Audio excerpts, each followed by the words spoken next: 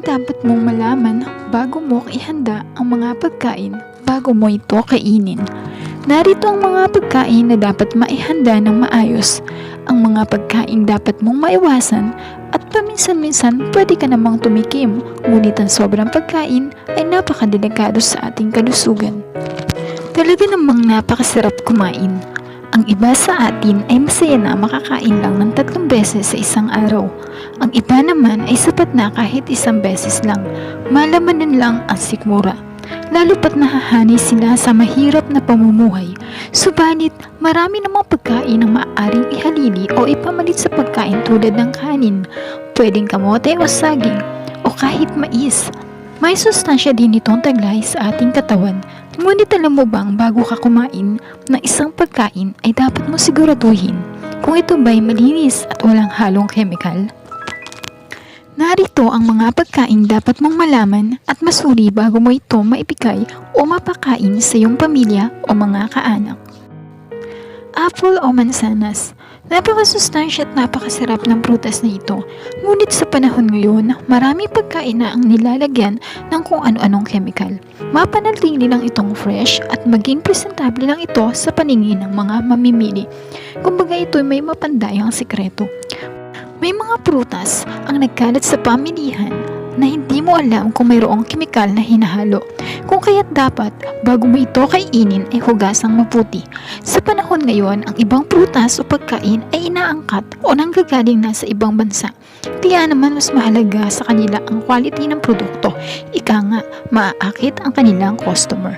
Alam mo ba ang ibang prutas, tulad ng mansanas ay maaaring nilalagyan nila ng coating o tinatawag na wax, isang kemikal na nakakasama sa ating kalusugan. Suriing mabuti ang iyong kinakain. Dahil sa katagalan ay maaaring dito ka makakuha ng sakit. Totoong mabuting kainin ang balat ng prutas dahil nandoon ang sustansya. Subalit tulad ng aking nabanggit, maaari itong magdulot ng peligro sa iyong kalusugan lalo pat hinahaluan ito ng kemikal o wax coating para lang maging fresh ang produktong binibenta nila sa merkado. Kapag nakita mo sobrang kintab ang mansanas, pwede ka nang magduda. Hugasan o kaya naman ibabad ito sa tubig na may asin, tulad ng mga prutas, bago ito kainin. Ang wax o kemikal na pinapambalot sa mga prutas na tulad ng mansanas ay isang uri ng food grade wax na gawa sa beeswax, shellac o petroleum jelly. Kahit sinasabi na ito ay isang edible synthetic coating, nakakasama pa rin ito sa ating katawan lalo pat paulit-ulit nating gagawin ang proseso ng di na maayos na paghahanda ng pagkain. Maaari mo subukan para malaman mo na may wax ang mansanas. Isang paraan upang malaman mo kung safe nga itong kainin. Kumuha lamang ng kutsilyo at subukang kaskasin ang balat ng prutas. Kung mayroong nakuhang puti-puti o parang pulbos, isa lamang itong palatandaan na may wax coating na kemikal ang iyong kinakain. Ang synthetic wax na linalagay sa mga prutas ay totoong hindi na matutunaw sa ating katawan. Ang mga kemikal na naiwan sa ating katawan ay hindi na-absorb o nananatili lamang ito sa ating bituka na nagre-resulta ng ulcer sa loob ng iyong tiyan o bituka, constipation o respiratory problems. Maaari mong ibabad sa mainit na tubig ang mansanas upang matunaw ang wax coating, o kaya naman sa tubig na may asin. Isa rin ang paghuhugas ng running water upang masiguradong hindi mananatili ang kemikal sa prutas. Maaari mo itong hugasan o gumamit ng isang malinis na tela na may apple cider vinegar. Ikuskus lamang ito sa prutas. Kung wala ka naman ito, pwede mo hugasan o ibabad ito sa suka. Pagtapos ay hugasan mo ng running water. Ang ibang prutas tulad ng lansones o mga pagkaing inihahanda mo ay maaari rin gawin ang mga nabanggit na paraan sa paghuhugas. Sa dahilang ang iba ay may ini-spray na formalin, isang chemical na nakakasama rin sa kalusugan lalo pat nasobrahan tayo sa pagkain. Hindi biro ang magkasakit, kaya naman suriing mabuti ang mga pagkain tulad na lamang ng noodles. Nauusong pagkain ang mga noodles, kilala ito saan man sulok ng mundo. Ang noodles ay pagkain na hindi may tatanggi sa ating lipunan. Kahit anumang oras, maaari mo itong kainin sa oras na kumalam ang iyong sikmura, bukod sa mabilis itong ihanda. May mga noodles na rin na instant lang. Ibig sabihin, buhusan mo lang ng kumukulong tubig, luto na agad at solve na ang gutom mo. Subalit alam mo bang may mga mga noodles ang hindi nakakabuti sa iyong katawan tulad na lamang ng mga paborito mong pansit canton? Talaga namang makakailang supot ka nito. Wala namang masamang kumain, ngunit ingat-ingat lang. Ika nga, lahat na sobra ay bawal, maaaring ikasama ito ng iyong kalusugan. Alam mo bang ang noodles ay may halong kemikal na tinatawag na borax? Ito ay isang kemikal na ginagawang panghalo na rin sa mga pagkain as preservatives para hindi ka agad masira ang pagkain o amagin. Para hindi dumami ang microorganism na tulad ng yeast. Ang borax ay ginagamit sa paper industry, wood preservatives, cockroach control, at sa mga products na panlinis sa bahay. At ngayon ay ginagamit na rin ito ang food additives sa iba't ibang pagkain para mas preserve nga ang foods. Maaari itong nilalagay sa mga noodles, steamed rice, meatballs, at iba pang pagkain. May mga nagsasabing safe naman daw itong kainin dahil hindi naman ito ilalabas sa merkado kung nakakasama sa ating kalusugan.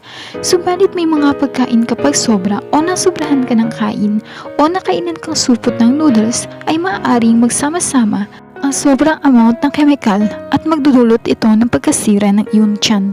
Mahirap matunawan o kaya naman sa katagalan ay magiging sanhi daw ito ng cancer sa bituka. Maaaring magsuka tayo, magkaroon ng fever at diarrhea o kaya mag-collapse. Kung ikaw ay nangangamba sa mga pagkain na inihahanda, mas mabuti pang subukan mo ang mga paraan na ito. Pakuluan muna ang noodles at itapon ang unang sabaw nito upang mawala o mabawasan ang chemical o borax na inihalo dito, lalo pat masyado kang maraming kumain. Ang pangalawang sabaw o pangalawang tubig ay maaari mo nang mahigop o kaya makain. Sa pansit canton naman ay maaaring pakuluan mo muna sa tubig, itapon at buhusan na lang ng kumukulong tubig ulit at i-drain. Maaari mo sundin ang paraan na ito upang mas makasigurado kang safe ang iyong kinakain. O isa walang bahala na lamang kung ayaw mo, depende sa paniniwala mo. Ang mga noodles o instant noodles ay isa rin sa may mataas na fat at sodium content sa bawat pakete. Pwede kang ma-high blood o magkaroon ng sakit sa kidney o kaya naman sakit sa puso.